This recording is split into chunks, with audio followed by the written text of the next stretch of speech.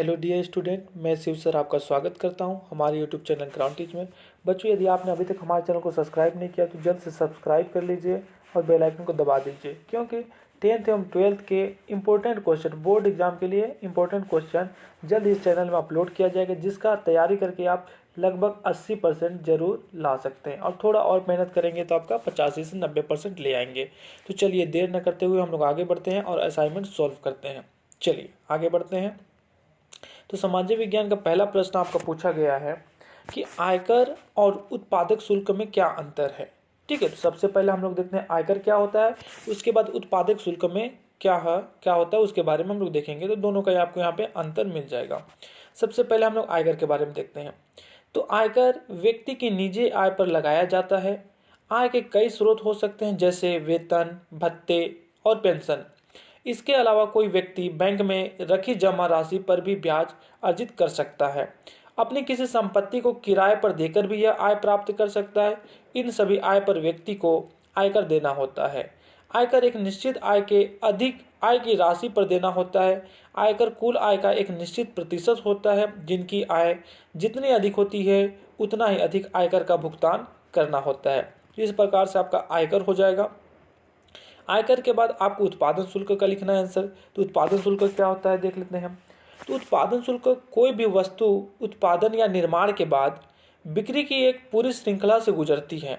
उत्पादन शुल्क किसी वस्तु के उत्पादन पर लगता है। उत्पादन शुल्क का भार उपभोक्ता के ऊपर डाल दिया जाता है, जिससे उपभोक्ता को उत्पादित की गई वस्तु के लिए अधिक शुल्क चुकाना पड़ता है। तो ये हो जाएगा आपका उत्पादन शुल्क। चलिए आगे बढ़ते हैं प्रश्न क्रमांक 2 की ओर और देखते हैं प्रश्न 2 में क्या पूछा गया है। प्रश्न 2 है आपका, उत्खनन से पूरे देशवासियों को लाभ हो, केवल कुछ निजी कंपनियों को नहीं, इसके लिए क्या किया जा सकता है। ठीक है, उत्खनन से सभी को लाभ हो तो इसके लिए क्या किया जा सकता है। तो पहला है, उत्खनन के संदर्भ में स्थानीय समाज को प्रारंभ से ही जागरूक किया जाना चाहिए। ध्यान रहे कि जानकारी का वितरण अंतिम व्यक्ति तक हो। ठीक है, दूसरा क्या हो जाएगा आपका, संपूर्ण कार्य को वैधता अत्यंत आवश्यक है। तीसरा हो जाएगा कि नियम कानून का पालन नहीं किए जाने की दशा में कठोर कार्यवाही हो।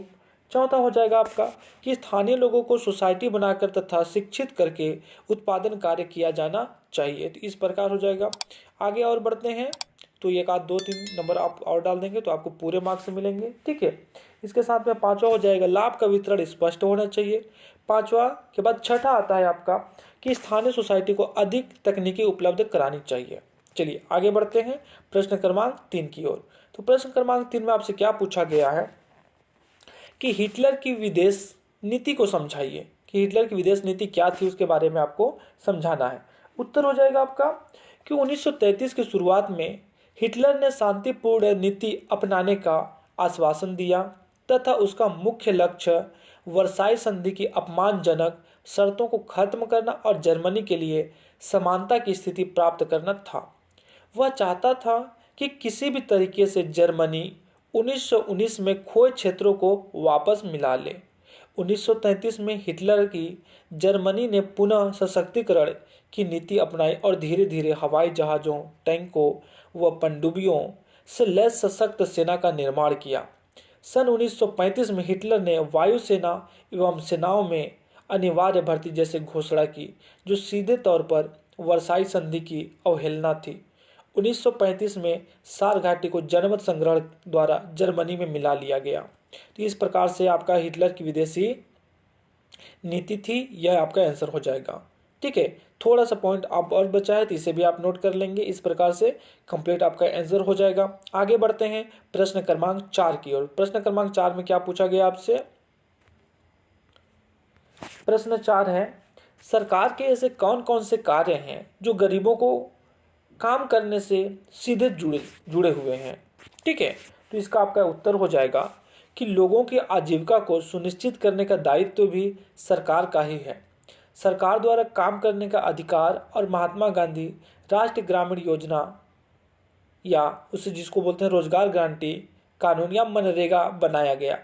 इस कानून के तहत सरकार की वह जिम्मेदारी तय की गई कि वह ग्रामीण इलाकों के प्रत्येक परिवार को साल में 100 दिन तक का कार्य उनकी मांग पर उपलब्ध कराएगी। यह कार्य लोगों को उनके इलाकों में ही उपलब्ध कराना होगा और इसके लिए होने वाला पूंजीगत खर्च तथा मजदूरी का भुगतान सरकार करेगी। स्थानीय स्तर पर रोजगार उपलब्ध कराकर मनरेगा के तहत सामूहिक उपयोग से कई कार्यों जैसे चेक डैम, सड़कें, तालाब, वाटर और क्या हो जाएगा आपका हार्वेस्टिंग संरचनाएं आदि का निर्माण किया जा सकता है। इस प्रकार सरकार ने इन प्रमुख योजनाओं के द्वारा गरीबों को काम करने का अथक प्रयास दिया। ठीक है, गरीबों को कम करने का, कम नहीं, कम होगा आपका, ठीक है, काम नहीं होगा। तो इस प्रकार से गरीबी संख्या कम करने के लिए यह प्रयास था सरकार का। अब प्रश्न आगे हम लोग बढ़ते हैं 5 के और प्रश्न में देखते हैं 5 में क्या पूछा गया आपसे। तो प्रश्न 5 आपसे पूछा है कि औद्योगिक प्रदेश अस्थिर क्यों होते हैं। एक बार एक जगह में उद्योग विकसित होने के बाद वहां के उद्योग क्यों हट जाते हैं, इसके आपको कारण लिखने हैं। तो पहले कारण हो जाएगा कि कच्चे माल की कमी हो जाता है। जब वहां पे माल की कमी हो जाएगी तो वहां पे उद्योग क्षेत्र क्यों रहेगा, ठीक है, जिसके कारण वहां से हट जाता है। दूसरा हो जाएगा उत्पादन लागत का बढ़ना, धीरे धीरे उसमें कमी होती है तो उत्पादन करने में हमारी लागत भी बढ़ जाती है, जिसके कारण वहां से हट जाता है उद्योग क्षेत्र। तीसरा हो जाएगा श्रमिक संगठनों की उचित अनुचित मांगों के कारण, यदि ज्यादा दिन काम चलने लगता है तो वहां पे श्रमिक जो होते हैं वो मांग भी करने लगते हैं, जिसके कारण वहां से हट जाता है। चौथा हो जाएगा बाजार या विक्रय व्यवस्था के प्रभाव के कारण। पांचवा हो जाएगा लाभ में कमी, जब वहां पे उत्पादन ही कम होगा तो लाभ में भी कमी आएगा, तो ये कारण हो जाएंगे। इसके अलावा 1-2 कारण आप और लिख लेंगे। तो छठा कारण हो जाएगा कि आपका औद्योगिक तकनीकी का पुराना हो जाना, और सातवां हो जाएगा आपका कि खनन के कारण उस क्षेत्र की भूजल संरचना में बदलाव होता है, इसलिए खनन न केवल वहां की भूमि और वन को प्रभावित करता है बल्कि नदियों को भी प्रवाहित कर देता है। ठीक है, तो इस प्रकार से प्रभावित करता है। साथ ही आपने अभी तक चैनल को यदि सब्सक्राइब नहीं किया तो जल्द से सब्सक्राइब कीजिए और 10th एवं 12th के बच्चों को वीडियो जरूर शेयर करें ताकि वो भी आंसर आसानी से लिख सकें। चलिए मिलते हैं नेक्स्ट वीडियो में, तब तक के लिए जय हिंद, बाय बाय।